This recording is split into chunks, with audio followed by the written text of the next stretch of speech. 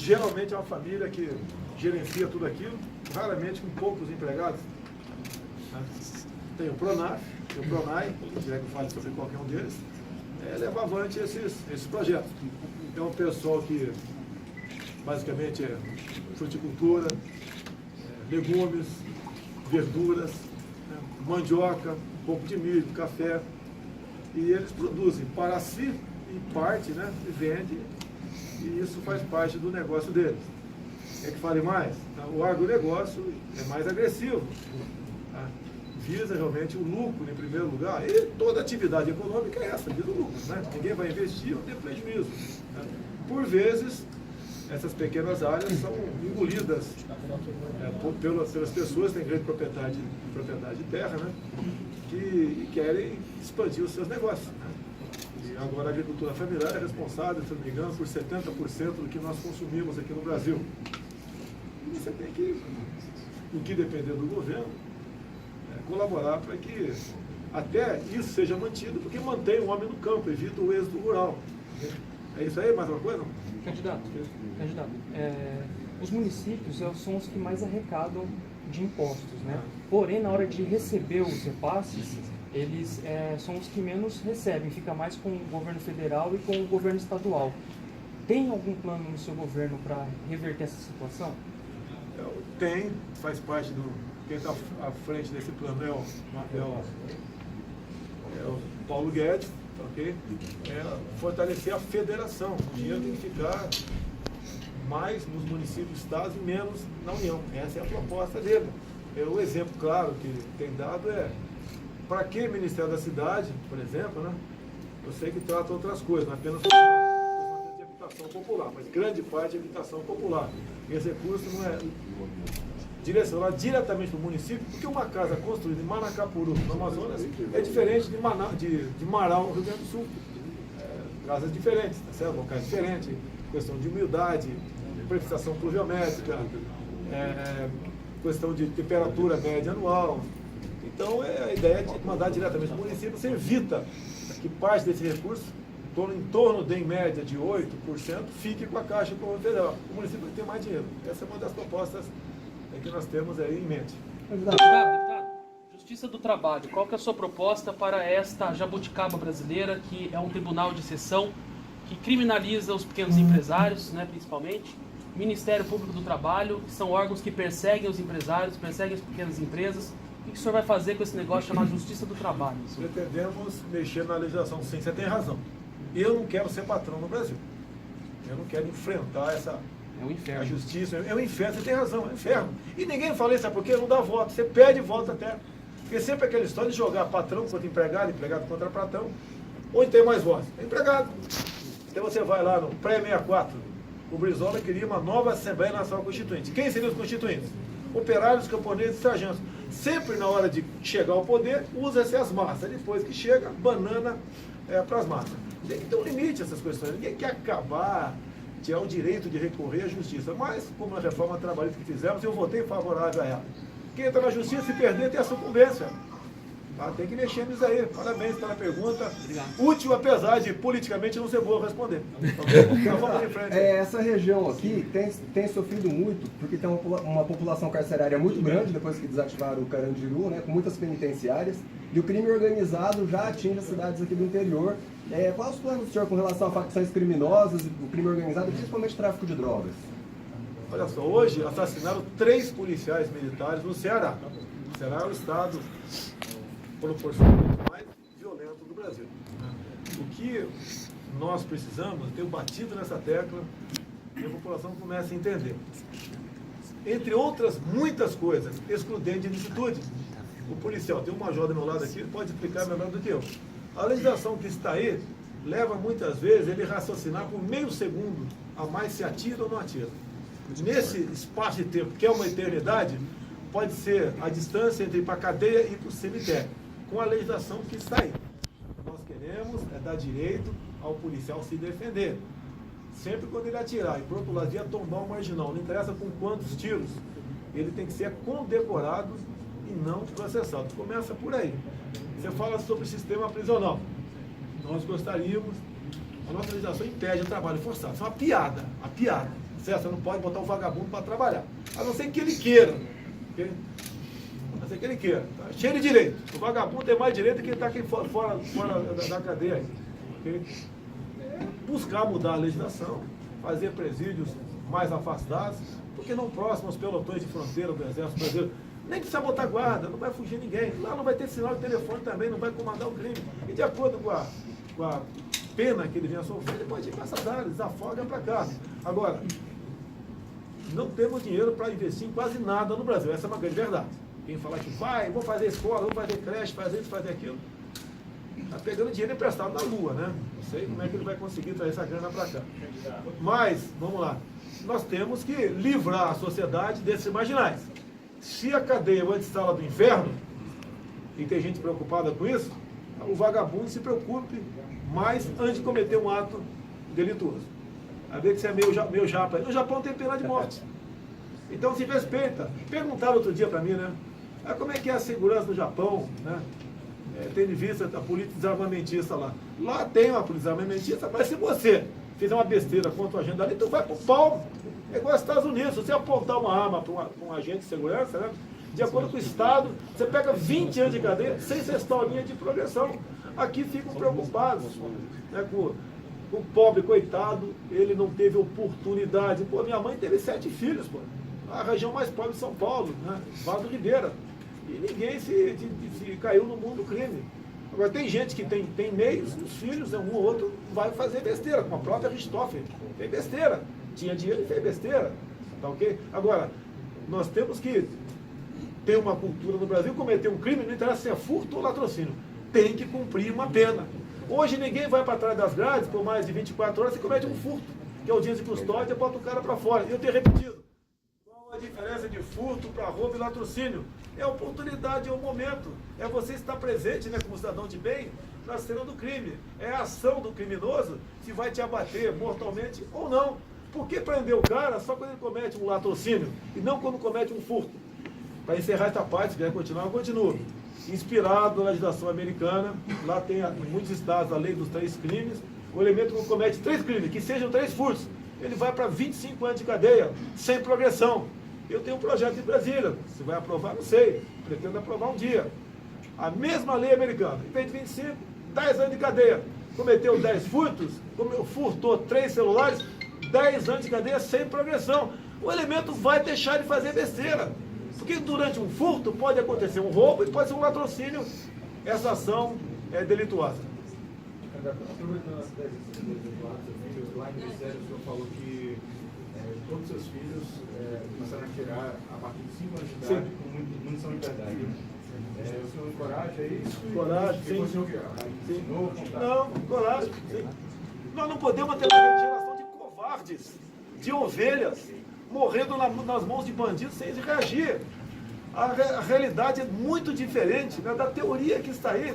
A própria Marina Silva fez aquela onda toda, uma entrevista nela da revista Marie Claire, desse ano. Ela disse que só não sofreu violência no campo porque tinha uma espingarda. Agora virou pacifista, para agradar um setor da sociedade. A arma de fogo, bomba-lenha até, né? Além de defender a sua vida, defende a liberdade de um povo. Olha a Venezuela, 2012. O Lula participou lá, junto com o Chaves, de uma política desarmamentista. O que acontece com o povo lá? É abatido quando vai em qualquer movimento. Estão fugindo para o Brasil agora. Aqui.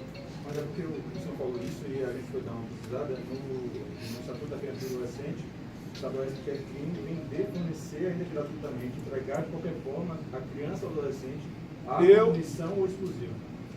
Em 89 eu tinha 5 anos de idade, o ECA é de 90. Mas não, eu defendo que um pai ensine o que é uma arma de fogo para o filho, para que serve. Porque nas comunidades tem moleque de 8 anos de idade usando um fuzil maior do que ele, essa é uma realidade.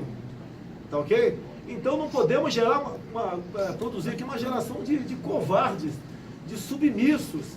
Não podemos partir para esse tipo de política. Sempre se entregue, não reaja. Cada vez mais a bandidagem cresce. Se quisermos combater a violência, né, dentro de casa, eu defendo que cada cidadão de bem possa ter uma arma de fogo. Eu entendo, ele tem que mostrar para o filho dele que aquilo é uma arma. Até para o filho, se um dia achar, não saber o que é e fazer besteira com ela. Candidato, mudando de assunto, falando de emprego, em Araçatuba, por exemplo. trabalho, uma legislação bastante complexa e grande para você empregar uma pessoa. É um excesso de direito no Brasil. Agora a Constituição só tem direito, não tem dever. Tem que começar a mudar isso daí. O empresariado tem dito para mim que o trabalhador vai ter que decidir um dia. Repito, o empresariado tem dito para mim que o trabalhador terá que decidir um dia menos direito de emprego ou todos os direitos de emprego. Você quer ser patrão no Brasil? Você sabe o que é ser patrão no Brasil? Com todo respeito? Não é fácil. Não é fácil. Agora, se eu quero trabalhar 20 horas por dia e pondo privada nesse hotel, por que eu não posso ter esse direito? Por que tem que o Estado estar me tutelando? Se o Estado me dá emprego, então eu tenho que deixar eu procurar emprego, não interessa em que condições. Ninguém quer trabalho escravo, nem análise de escravidão, nem nada disso. Mas o Brasil está numa situação que a mão de obra é tão cara, os encargos trabalhistas estão tão caros, que o que você produz aqui, a não ser os commodities, né, você raramente consegue botar de forma competitiva em lugar, em mercado nenhum do mundo. A questão da participação do senhor nos debates, principalmente de TV, estão confirmados? Não, não tem confirmação. De acordo com a política é momento, política não é matemática, né? Se eu achar que não devo comparecer, eu não vou comparecer, não tenho compromisso com ninguém. Eu vi uma pesquisa agora, não sei a fonte, né? Caso o Jair Bolsonaro não compareça a um debate, você assistirá, sim ou não? 90% diz que não vai assistir. Então o que acontece? Eu vou querer cota de patrocínio, né? Eu tenho direito ou não? Pô, eu vendo, é verdade, pô. Eu só assisti o Roda Viva comigo, assisti o Globo News comigo, pô. Agora, nos debates, eu tô sem liberdade, dá uma resposta. Igual você perguntou da agricultura familiar, o garoto aqui, o jovem aqui do lado aqui. Eu acho que eu levei 3 minutos para te responder. Uma resposta que eu acho que está de acordo com a minha resposta. Como é que eu vou responder em 45 segundos um trem dessa aí? Não é a minha. Eu jogo futebol de campo e não salão. O debate é futebol de salão, eu quero futebol de campo. Deputado, como o senhor vê a atuação do nosso Poder Judiciário, o STF, que em suas últimas manifestações públicas claramente adota um lado, né, dentro da política e adota uma postura de ativismo judicial? O senhor acha que tem que continuar essa prática de o presidente indicar o ministro do STF? O que o senhor pensa sobre isso, né? Esse ativismo judicial. Do desembargador Favredo? Não. É o que soltou o Lula com a confusão de poucas semanas atrás. Passado, né? Eu acho que era o Lula ainda, né? O Sérgio Moro também foi cotado, foi barrado. Graças a Deus. Sabe por quê? Se ele estivesse lá, não estaria na 13ª Vara em Curitiba. Estaria um outro. E a Lava Jato teria ocorrido, com toda certeza. O destino, muitas vezes, está ao lado do cidadão de bem no Brasil. Tá certo? Agora, até há poucas semanas eu falei, né, vamos aumentar mais 10. O pessoal caiu de pau em cima de mim. Que como está, você fazendo uma boa reforma na questão trabalhista, tá, ou do Ministério Público, o Supremo pode julgar inconstitucional. Olha o que o Supremo fez há poucas semanas. Julgou, né, declarou inconstitucional a minha lei, que foi uma emenda à lei, né, 2 artigos de uma lei, que falava do voto impresso. E a argumentação da senhora Raquel Dodge, que a impressão do voto comprometia a segurança das eleições. Nem vou concluir. E resolveram ter apenas um voto eletrônico. Com todo respeito, eu que estou aqui para responder e não vocês, mas na consciência de vocês. Vocês confiam nessa urna eletrônica? Tá? Estou vendo aqui parece um origem japonesa, né, o garoto aqui, certo? Eu fui criado perto de Registro, lá no Vale do Ribeiro, uma grande colônia japonesa, tenho grandes amigos lá. O Japão, que é um país extremamente desenvolvido nessa área, não aceita a urna eletrônica. Porque nós, tupiniquim, temos que aceitar e falar que é legal. Pode haver fraude ou não. Não temos como comprovar que houve, nem como não houve. Tudo no Brasil é aparelhado. Tudo nós desconfiamos no Brasil. Não vamos desconfiar dessa maquininha da urna eletrônica? Bolsonaro, são 2 questões. Primeiro, eu só queria entender certo se o senhor vai participar ou não dos debates na televisão. Porque de manhã o senhor falou que ia participar de 3 debates até o primeiro turno. E agora o senhor falou que política é o momento que se achar que não vai comparecer, o senhor não vai participar do debate. A outra é que a candidatura do senhor é contestada no TSE, sob o argumento de que se eventualmente o senhor ganhar, o senhor vai poder exercer o mandato, porque o senhor já é réu em 2 ações. E na semana que vem, na terça-feira, o Supremo vai julgar uma outra denúncia apresentada pela Procuradora-Geral da República. Eu queria saber qual a defesa que o senhor vai apresentar, qual é o tipo jurídico que o senhor vai apresentar. Você é da Folha de São Paulo, por acaso? Não, São Paulo não. Mas o que é réu? Eu acho que alguém aqui já foi réu na vida, né? Foi absolvido. Querem me tirar no tapetão, no ativismo judicial?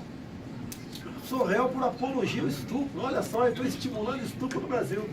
Olha que inversão de valores. Aquela deputada estava defendendo o estuprador Champinha, estuprador e homicida, em 2003. E quando, dá momento, ela me chama de estuprador, eu falo que não vou estuprar porque eu não merece. Pronto! Se eu tivesse falado que vou estuprar porque merece, seria herói nacional. Que mau gosto. Porque não é dessa questão aí. Okay? Mas, olha só, pessoal, eu defendo a mulher. Há 2 anos e pouco votamos uma proposta de emenda à Constituição para que menores de idade respondessem como adultos caso cometesse o crime de estupro. Como votou essa deputada que me acusa? Votou contra. Para ela, o menor de 16 a 17 anos pode estuprar e matar, que ele vai responder à luz do ECA. Como diz o colega agora há pouco ali, né? Ó, no ECA está dizendo que não pode, não sei o quê. Aí esse ECA tem que ser rasgado e jogado na latrina. Tá? Não pune o menor. Nós devemos reduzir a modalidade penal, se possível para 14 anos de idade. Se não der, pode 17, 16, não tem problema. Esse ECA é um estímulo à vagabundagem, à malandragem infantil no nosso Brasil. Tem que mudar isso daí. Um animal, um cachorro, que tem 6 meses de idade, não morde a gente. Como é outro animal com 16, 17 anos, dá um tiro na gente, estupra, mata, faz e acontece. E tem gente achando que eles não estão devidamente formados ainda, intelectualmente, né? E tem que ter outra chance. Se matar um parente meu, estuprar um parente meu, pode ter certeza que esse cara não vai ter outra chance, não. Um país marcado por tantas corrupções, principalmente no nosso legislativo, como ser presidente de um país desse? Não é fácil, realmente, né?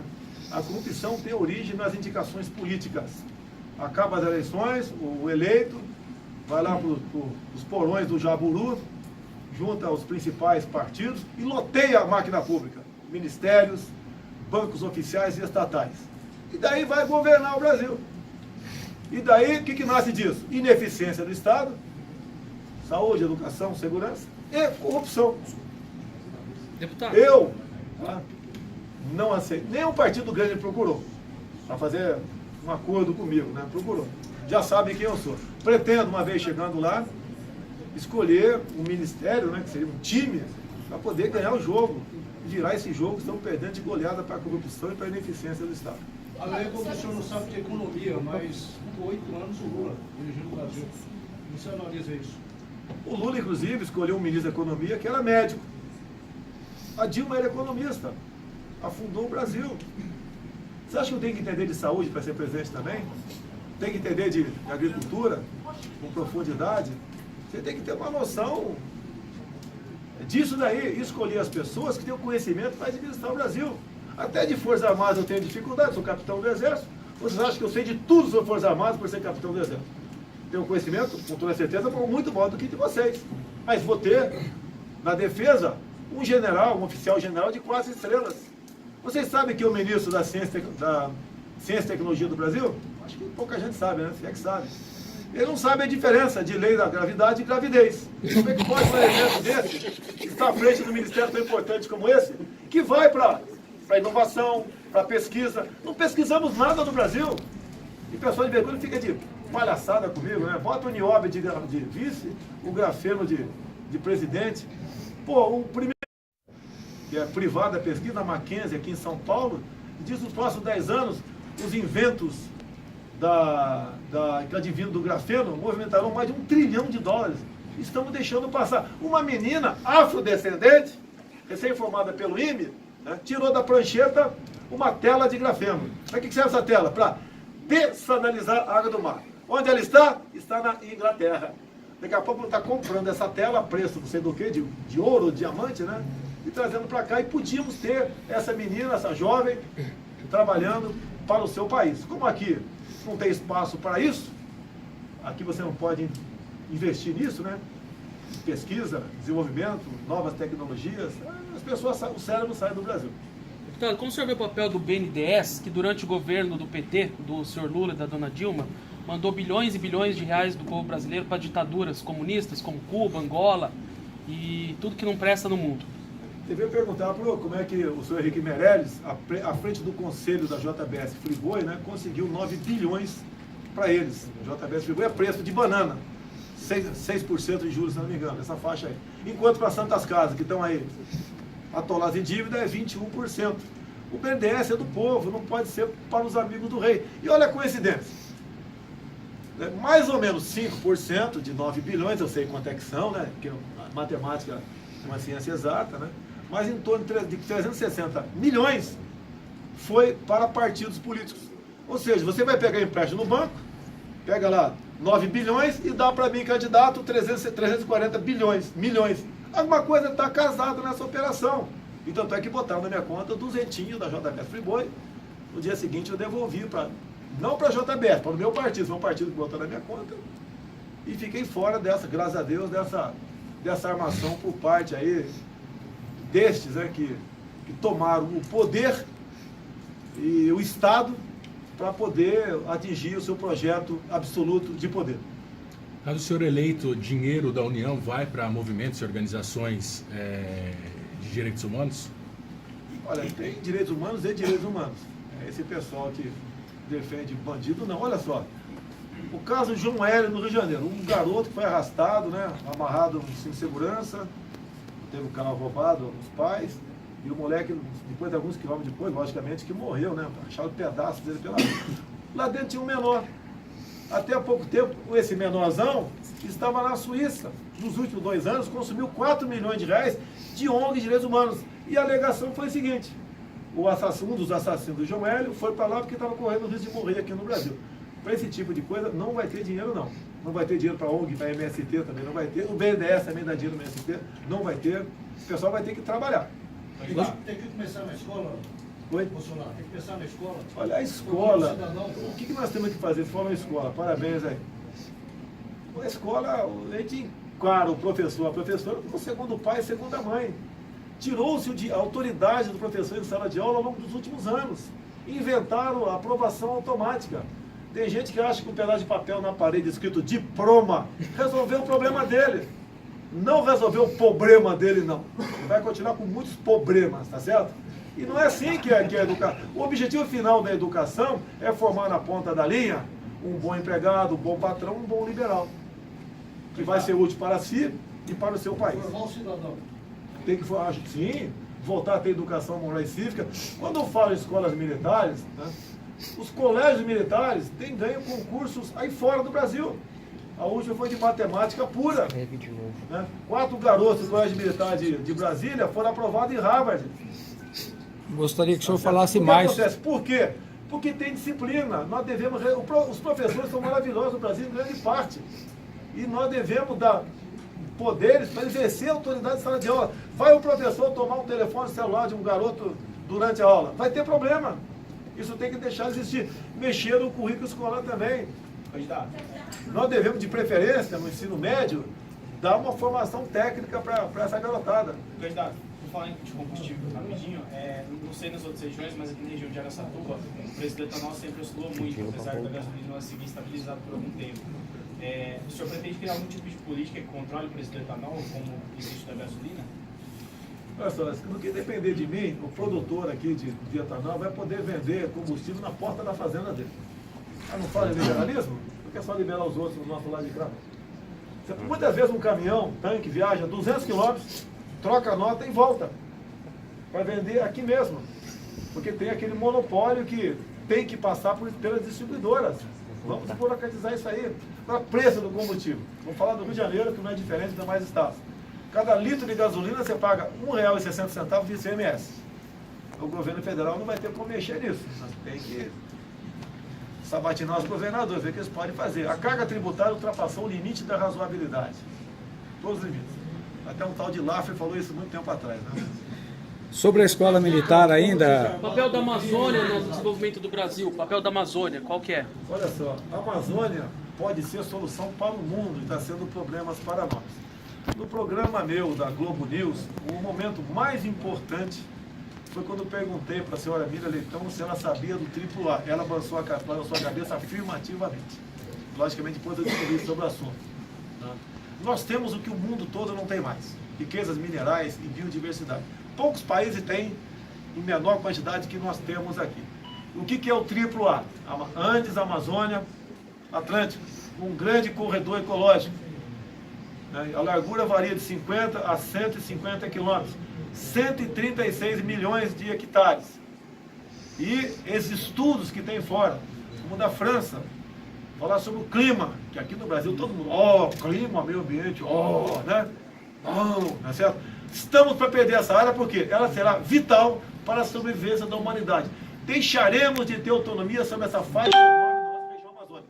E aquele espaço, como fecha toda por cima da calha dos Solimões e do Amazonas, nós vamos perder pela manobra Roraima e parte da Amazônia. Vamos perder toda a Amazônia por causa desse ativismo ambiental, que o pessoal não sabe o que é e bate palmas. O mundo nenhum tem piedade de nós. Ninguém está preocupado conosco. Não existe amizade entre nações. E essas nações estão fazendo a coisa certa, nos isolando. Nós que estamos sendo fracos e antipatriotas, aceitando essas políticas que vêm de fora para dentro. Candidato, o senhor mencionou já que o ensino à distância poderia ser uma possibilidade para a educação. Queria que o senhor falasse mais sobre isso. Você vê, tem locais distantes que uma criança tem que andar 20, 30 quilômetros, já chega cansado na sala de aula. E muitas vezes nem vai estudar. Então, ensino à distância, eu acho que seria uma boa ideia nessas regiões longínquas do Brasil. Agora, tem muito... Você pode falar da escola em casa aí? A educação domiciliar, o homeschooling também é uma saída para isso. A maior demanda vem por parte que tem filhos especiais. A escola não tem condição de colocar 2 professores dentro de cada sala de aula. Então, por obrigação, eles têm que fazer educação domiciliar. Algo que é regularizado no mundo inteiro, mas é criminalizado no Brasil. Por vezes são processados até por abandono intelectual. O processo agora está na mão do ministro Barroso, no STF, mas a competência é do Congresso Nacional e a gente tem um projeto de lei a favor do homeschooling, que ao lado do EAD poderia sim melhorar a educação no Brasil. Mas aí, o EAD não poderia ser em centros urbanos, ou ele também poderia ser aplicado em centros urbanos? Os detalhes a gente pode discutir durante a tramitação do projeto, mas de qualquer forma o EAD é a evolução da tecnologia, não tem como frear. Candidato, só para entender melhor a questão da escola militar. É uma escola em cada capital e o modelo é Polícia Militar ou Escola do Exército, que as duas são muito boas? Um em cada estado que eu tenho falado é modelo Colégio Militar. Meu sonho aqui é no Campo de Marte, em São Paulo, temos o maior colégio militar do Brasil. Nós temos atualmente 13 colégios militares. E pretendemos ter, nos primeiros 2 anos, um colégio militar em cada capital do estado que não tenha. No mais, as polícias militares, em especial do Amazonas e Goiás, têm feito um bom trabalho nesse sentido. Há pouco mais de 10 anos, começaram a militarizar algumas escolas. E o resultado final é excepcional. Percentualmente, eles têm um maior número de pessoas aprovadas em vestibulares. A ideia é universalizar essa escola? Você não tem efetivo para isso, ninguém quer botar olho unido em todas as escolas. Inclusive, os pais, estive em Anápolis, numa escola lá, estive em Goiânia, em outra, e estive também em Manaus. Os pais brigam para botar o filho lá. Inclusive em Manaus, na região que eu fui, era a região mais violenta da capital. E lá tem filho traficante que quer que o filho fique lá dentro, que não quer que o filho siga a carreira do pai. O pai traficante tem no máximo aí 35 anos de idade, ele está morto ou está preso. Não quer que siga a carreira dele, ok? Tá. Olha só, eu sou contra a legalização de qualquer tipo de droga. Tá? Eu estive em Dourados há poucos meses e fui lá conversar com o pessoal da tal da DOF, o Departamento de Operação de Fronteira, da Polícia Militar de Mato Grosso do Sul. A atividade dele, a grosso modo, 2, 3 viaturas, sai com efetivo de 3, 4 em cada uma delas, uma região acertada na unidade ali. Ele tem 5 dias para fazer ali inopinadas, naquela faixa de fronteira seca enorme com o Paraguai. Tem tido sucesso a prestação de drogas. Levei isso para alguns colegas meus, oficiais generais do Exército. Se poderiam fazer isso associado com programas, outros que nós temos, como o CISFRON, Sistema de Proteção de Fronteira. Fazer isso com um carro de combate. Por que não? Tem que dar proteção para o cara que está lá dentro. O que eles querem? Retaguarda jurídica. Se o carro de combate entrar em contato, em confronto com traficantes, a munição vai ser pesada. Vai catar pedaço de gente do outro lado. Não respondo por isso. É só dar isso para eles que eles cumprem a missão. Combate na fronteira, a entrada de ilícitos. Agora tem que ter a retaguarda jurídica. como tem que ter o nosso policial aqui na cidade também. Quando entra. E o crime organizado. Aí, Hoje assusta a população. sei, vamos lá, meu assessor aqui. Meu posto Ipiranga aqui. A questão do narcotráfico que você colocou, como do crime organizado, como das facções, como o PCC tem um mapeamento do Ministério Público de 10 mil batizados no estado de São Paulo e 30 mil no Brasil. Nunca se fez no país o mapeamento e a persecução do dinheiro do crime. Hoje, esse século, nós vamos disputar cada criança brasileira, cada jovem com o narcotraficante. Os demais crimes, eles são para gerar recurso para o crime principal, que é o narcotráfico. Então, esse mapeamento que tem que ser feito pela polícia, pelo Ministério Público, pela Receita, pelas receitas que nunca foi feito. Já diz a Bíblia, se você não tem cabra, não dá para você vender leite. Tem um monte de gente no Brasil que vende leite e não mostra de onde vem as cabras. E lavando dinheiro do traficante, do criminoso organizado. Ou nós vamos achar que todo o dinheiro do tráfico, todo o dinheiro do crime organizado está dentro da cela do Marcola e presidente Venceslau. Não está. E é isso que o governo vai buscar, e por interesses que muita gente sabe, inclusive dentro da área política, em todos os poderes, inclusive no judiciário, não se busca nunca um mapeamento do dinheiro do criminoso. Se você não tirar o dinheiro da mão do criminoso, ele tem dinheiro para mandar matar o policial, o jornalista, aquele que está na rua, o cidadão, sequestra, mata. Então, nós temos que entrar na cadeia do dinheiro. Vamos enfrentar lá na ponta da linha. Quem está de fuzil, nós vamos estar de fuzil e muito mais.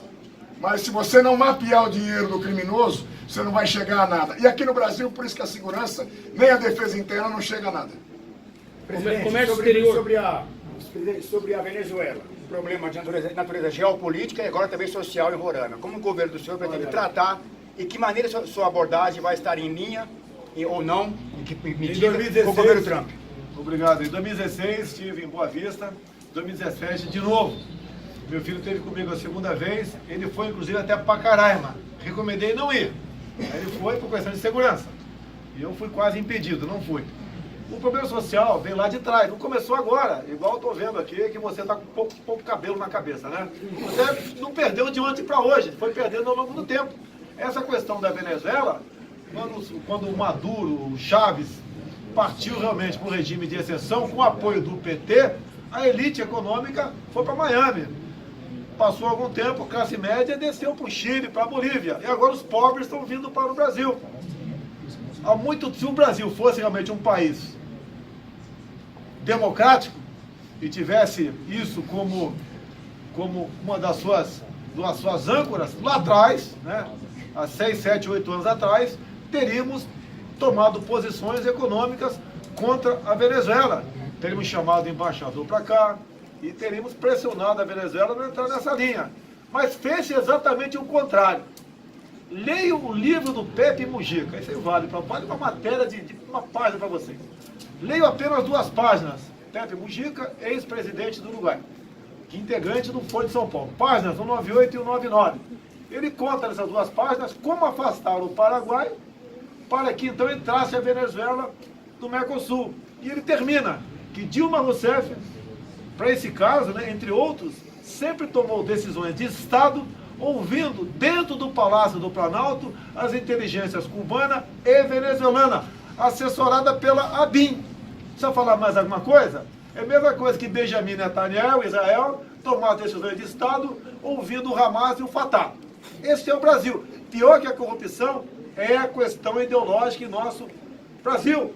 A própria senhora presidente do PT, há pouco tempo, né, reiterou o apoio ao regime de Maduro, como lá realmente a democracia estivesse funcionando. O grande ensinamento que fica disso tudo: não brinquemos com o comunismo e nos cuidemos com o Foro de São Paulo, para que nós não cheguemos à situação que chegou a nossa Venezuela. Porque para nós, para fugir, tinha que fugir para onde? Vai faltar toco de bananeira para ir para os Estados Unidos. Deputado, concessões de TV e rádio são hoje uma prerrogativa do Estado brasileiro, né? O senhor concorda com essa visão de que o Estado que deve permitir uma emissora de funcionar? Ou o senhor acredita numa visão mais de livre mercado, em que cada um pode ter a sua televisão, sua rádio, independente de uma licença do governo, como é nos Estados Unidos. Mas se você fica dependente do governo, você vai publicar o que eu quero. É o que acontece. Tem jornais que me atacam diuturnamente. A Val é fantasma. Dia 10 de janeiro descobriram que a Val é fantasma. Daí a gente vai nos anais da Câmara, boletim administrativo, ela está de férias.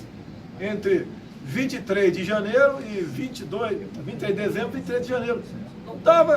Não era fantasma, estava de férias. Não interessa saber onde ele estava. Mas bate na questão, porque tem algum interesse. Tá? As concessões também fazem parte do interesse. Mais do que concessão, né? É a questão do aporte de recursos do orçamento, fonte estatais, né? Verba publicitária. Tem empresa aí que está ganhando muito mais do que diz, do que reza a mídia técnica. No que depender de mim, mídia técnica, e todos vocês, que não dá concessão, dá o direito para explorar. E com toda certeza, se você começa a não vender a verdade, o povo não compra mais teu jornal, não assiste mais tua televisão, ou não ouve mais teu rádio. Candidato, tem uma pergunta aqui. Hoje no Brasil é investido 4 vezes mais no ensino superior do que no ensino básico. E muitas vezes esse dinheiro é usado para projetos ridículos no ensino superior. Como, por exemplo, eu vi recentemente, teve a oficina da Siririca e também algo ridículo como o curso de Harry Potter. Então, eles usam o nosso dinheiro para investir nessas coisas ridículas, que na minha opinião é ridícula, através do ICMS e através dos impostos. O que o senhor tem a dizer sobre isso? Se você ler o Plano Nacional de Promoção e Cidadania LGBT, tu vai cair para trás. Deu nada contra gay, meu Deus, vai ser feliz, cara. Isso aí. Vai ser feliz. Pô, se eu for... Aí, ó, eu, Major, alguém é contra? Não, vai ser feliz aqui. Pô, eu dou uma nossa. Que bela declaração. Agora, nesse Plano Nacional são 180 itens. Se você começar a ler, tu cai para trás. Um dos objetivos, desconstrução da heteronormatividade. Ou seja, eu e a Joyce tem que dizer que não é normal. O normal é eu e o Olímpio. Com verba pública. Se for entrar, por exemplo, no site Humaniza Redes, não vou falar o nome da deputada não, porque está em processão, tá certo? Você vê lá que ela relativiza, ela relativizava, enquanto secretária de Direitos Humanos, a questão da pedofilia. Um pedófilo, deixo bem claro, segundo o site Humaniza Redes, olha só que mais bonito. Você sai daqui, enquanto um barbado, introduzindo o pênis no ânus ou na vagina de um menino ou de uma menina de 3 anos de idade. Você tem que levar ele para o hospital, submetê-lo a um laudo psiquiátrico. Caso ele esteja sofrendo de transtorno, o pobrezinho tem que ser tratado. Eu topo, desde que o psiquiatra eu indicasse, o doutor Peixeira, para resolver esse assunto. Não podemos brincar com isso, meu Deus do céu. É igual a pergunta aqui, olha, teu filho está estimulando um garoto a atirar com o dedinho. Poxa, chega de formar uma geração de fracos. Tá a bandidada crescendo aí, ninguém reage mais. Tinha uma criança fardada hoje durante a visita do senhor aqui. O senhor chegou a perguntar para ela se ela sabia atirar? Perguntei, falei, ó, quer atirar? Bota o dedinho. Falei. E falo para quase todas as crianças com o pai do meu lado. Qual o problema? Não se pode mais brincar com espada. Meu moleque, eu tinha bandido de mocinha, tinha um revólver de alumínio. Só pode brincar de boneca. Brincar de boneca pode. Tocar marmanjo peladão deitado no quermesse, não pode. Tá? Imagina se aquele marmanjo lá arma o pau de barraca dele. Tudo legal? Tudo bem? Tudo legal? Pode? Isso pode? Não vamos aceitar mais o politicamente correto. Não se pode fazer uma brincadeira sadia no Brasil. Vamos mudar não vamos aceitar essa cultura. A cultura do brasileiro é reagir ao que há de errado e não aceitar. Vamos mudar isso daí, pessoal. Deputado, geopolítica. Tá bom, né? 40 minutos já? 45. Tá bom aí, pessoal? Tá bom. Valeu.